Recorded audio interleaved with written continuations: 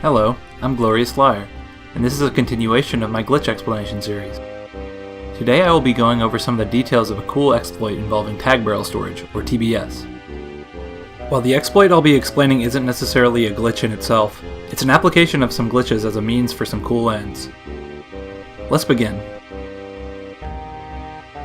To recap from some past explanation videos, tag barrel storage is a glitch that gives the player control while the tag barrel is still active. It's achieved simply by entering a tag barrel while transitioning into a new state, such as the animation that plays when you fall too far from a high up area. It allows you to remote tag, which puts the Kong in a peculiar state. Now I'll go over some of the effects of TBS once you've tagged out of the barrel from far away. You'll notice that the Kong is initially invisible. To briefly explain what's going on, you have two relevant sets of position values associated with your player. I won't be going over the distinction between them in full depth in this video. One set of values is your actual position, where your character actually is in the world, despite being invisible. The second set of values are the stored positions, sets of position values that are used in updating your player model visually. These values are utilized in calculations of specific behaviors resulting from interacting with specific objects, such as grabbing trees or vines. Stored in this context means that it does not update automatically, just as in other speedrunning contexts, storing something means saving some property for later. Additionally, the tag barrel sets the stored position values to be at the origin initially after tagging. What is the origin? In DK64, just like in math, it's the point with all zeros for coordinates. It's not always accessible through normal gameplay. Typically it is out of bounds of the normal playable area, but we can get there. Grabbing a tree syncs your actual position to your stored position as soon as you latch onto the tree.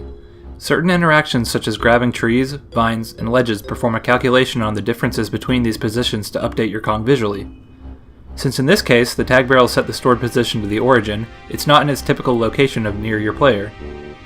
An example of this is grabbing a ledge, which roughly doubles the height differential between the two sets of values, causing you to telegrab. More relevant to the exploit I want to get to, grabbing a tree results in a warp to your stored position. The stored position is also the point from which certain consumables are thrown out, such as oranges and bullets from your weapon.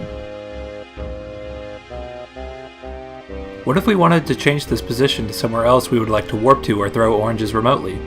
Conveniently pausing updates your stored position to the location that you pause at. Here is an example of updating the warp location.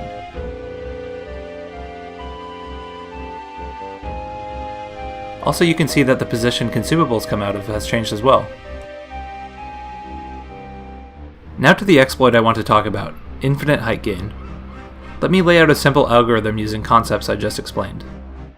Step 0. Get TBS. Pause somewhere you want to gain height. Step 1. Do a full jump and aerial attack, then pause at the apex. This puts your stored position higher than before. Step 2. Go to the nearest tree and jump on it, warping you to your stored position. Step 3. Go back to Step 1. This very simple algorithm allows you to gain height infinitely given a few preconditions, such as being in an area with something to grab onto, a tag barrel being present on the map, and a way to not die from fall damage after many repetitions. Here is a demonstration in DK Isles using water to soften the landing, getting up to the ledge by Aztec by repeatedly updating the stored position to a higher location by jumping off the tree and pausing, and then regrabbing the tree. Here's a visualization of the height gain by doing this. There is no cap in doing this so long as you don't die or overflow the position value representing your height. Due to the length of time to perform the exploit and the difficulty of setting it up, it's not often you see this in speedruns. However, an application can be found in the A button challenge. Without getting into the weeds of the A button challenge, it's basically a challenge in DK64 to see how much is possible using the least A button presses.